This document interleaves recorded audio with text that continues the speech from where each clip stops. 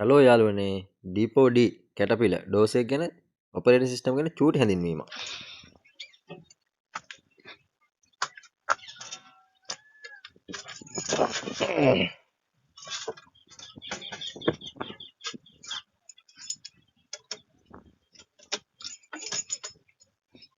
එතකොට ගයිස් තියෙන්නේ තියෙනවා ෆස්ට් එක සෙකන්ඩ් එක තර්ඩ් එක ෆෝර්ත් එක ෆිෆ්ත් එක. එතකොට අපි නෝමල් වැඩ කරන්නේ ෆස්ට් එකේ ලෝඩ් එකක් අරගෙන යනකොට එතකොට මේක තමයි වෙල තමයි මේන් ක්ලච් එක.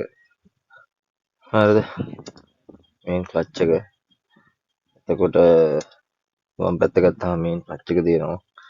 මේ පැත්තේ මේ බ්‍රේක් එකක්, මේ බ්‍රේක්. එතකොට මේ පැත්තට හරවනම් අපි මේක වාගගෙන මේ ලිවර් එක අදින්න ඕනේ. එතකොට තමයි මේ පැත්තට හැරෙන්නේ, වම් පැත්තට. ඒ කියන්නේ එතකොට මේ පැත්තේ ට්‍රක් එක මේ ඔෆ් වෙනවා. මේ පැත්තේ ට්‍රක් එක වැඩ කරනවා. ඊළඟට මේ තියෙන මේ ඇක්සලරේටර් එක. මේක තමයි ඇක්සලරේටර් එක. මේ ලිවර් එකත් ඒ විදිහම තමයි. අර පැත්තේ වගේම තමයි. මේක පාගලාගෙන ගදපුවම මේ පැත්තේ ට්‍රක් එක ඕප් වෙනවා. මේ පැත්තේ ට්‍රක් එක කැරගෙනවා. එතකොට මේක තමයි මේකේ ඉස්සරහට පස්සට යන ගියර් එක. මේක පස්සට දාපුවම මේක ඇවිල්ලා ඉස්සරහට යනවා. මේක ඉස්සරහට දාපුවම පස්සට යනවා.